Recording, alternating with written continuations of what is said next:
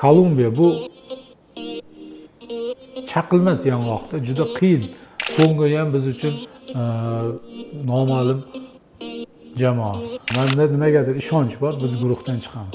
Bilmayman, 2-o'rinni olib chiqamizmi, 3-o'rinni olib chiqamizmi, lekin guruhdan chiqamiz degan ishonchim bor. Bizni oldinda yilning eng muhim musobaqasi kutmoqda. Nafaqat yilning, 4 yillikning eng muhim musobaqasi Jahon chempionati. Bu Jahon chempionati bizga o'zgacha Jahon chempionati, chunki ilk bor milliy jamoamiz ishtirok etadi. Shuning uchun muxlislar, nafaqat muxlislar, futbolga qiziqmaydigan shaxslar ham O'zbekiston milliy terma jamoasining ishtirokini kutmoqda. Mana yaqindagina o'tgan hafta juma kuni Bunyodkor stadionida ularni kuzatish marosimi uyushtirildi. Davlat rahbari ishtirok etdi. Shu voqealardan ham bilsa bo'ladiki, e'tibor qanchalik kattaligi milliy jamoamizga. AQSh, Meksika, Kanada. Birinchi marta bir jahon chempionati 3 ta davlatda o'tkazilmoqda. Unda ham ya'ni futboldan yiroq bo'lgan davlatlar desak bo'ladi, Meksikani hisoblamasak. Biz odatda Yevropada ko'rardik futbol yangiliklarini.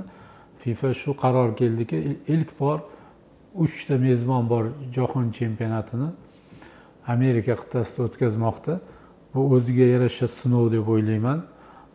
Chunki bu davlatlarda ayniqsa Amerika bilan Kanadada futbolga e'tibor boshqa sport, ya'ni basketbol, amerikacha futbol, beysbol kabi sport turlariga nisbatan futbolga e'tibor pastroq.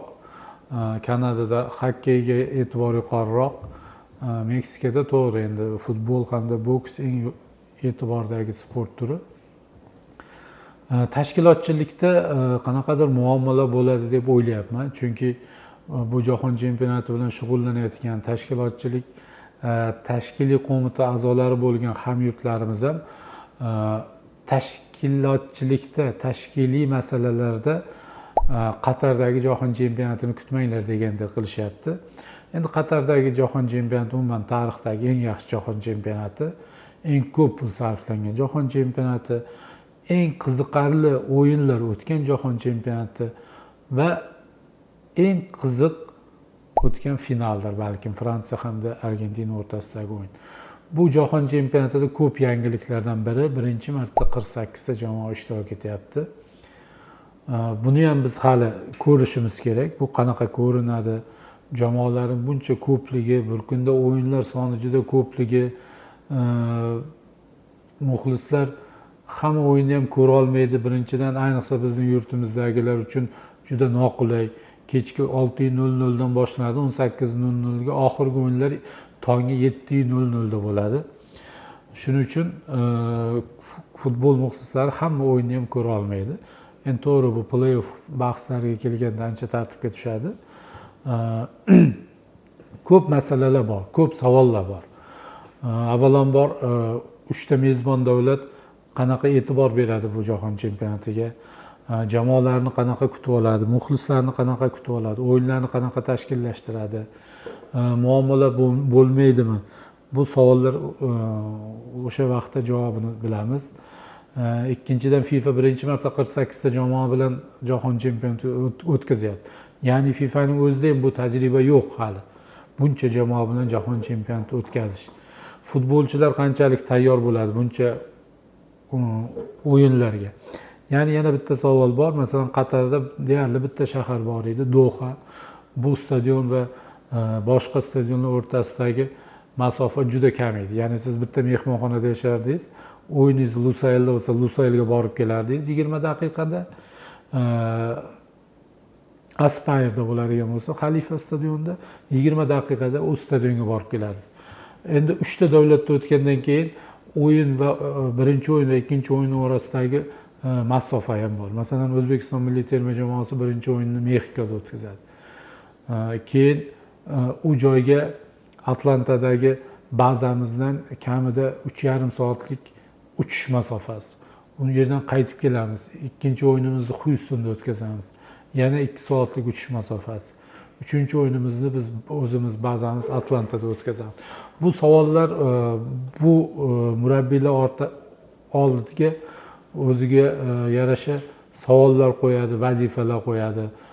Buni to'g'ri rejalashtirish, futbolchilarning jismoniy holatini saqlab turish, bu hammasi murabbiylarimiz oldiga qo'shimcha vazifalar yuklaydi. Kutilmalar. Endi O'zbekiston milliy jamoasidan biz muxlis bo'lganimiz uchun ham kutilmalarimiz yuqori.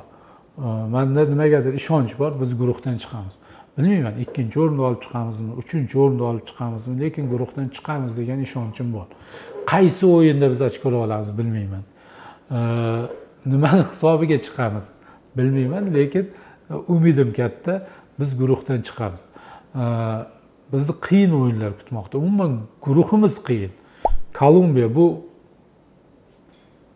chaqilmas yong'oqda juda qiyin, kuchli terma jamoa va ularda Luis Diasdek bir yulduz futbolchilar bo'lsa, qolganlari ham deyarli Luis Diasga yaqin darajadagi futbolchilar. Ikkinchi raqibimiz bu Portugaliya terma jamoasi. Endi Portugaliyani bilib turibsiz, hozir dunyoning eng yulduzlarga boy balkim jamoasidir. Cristiano Ronaldo ismi. APLning eng yaxshi futbolchisi bo'ldi. Assistlar bo'yicha rekord o'rnatgan Bruno Fernandes. Bernardo Silva, Vitinha, Mendes, endi sanasangiz juda ko'p. Bularga qarshi biz qanaqa o'ynaymiz? Bulardan qanaqa qilib ochko olamiz? Juda qiyin. Kongo ham biz uchun noma'lum jamoa. O'z-o'zidan Afrikaning nomdor jamoalarini saralashda qoldirib chiqqanda ma'lumki, bu ham oson jamoa emas. Umuman jahon chempionatida biz uchun oson o'yinning o'zi yo'q. Lekin yigitlarimizga ishonamiz, jamoamizga ishonamiz. So'nggi 1 yilda jamoamiz ancha ruhan ko'tarildi. Kafa g'olibi bo'ldi, Align Cup g'olibi bo'ldi, FIFA Series g'olibi bo'ldi. Ya'ni ketma-ket biz 3 ta turnirda g'olib bo'ldik. Umid qilamiz, mana asosiy futbolimiz tarixidagi asosiy turnirda ham biz qanaqadir natijaga erishamiz. Hech bo'lmaganda guruhdan chiqamiz. Muxlislarga charchamang, jamoamizga omad tilang, muxlislik qiling, duolarda eslang, chunki yigitlar qiyin o'yinlar kutmoqda. Tilaklarimiz eng yaxshi tilaklar. Yigitlar omad. Olg'a O'zbekiston.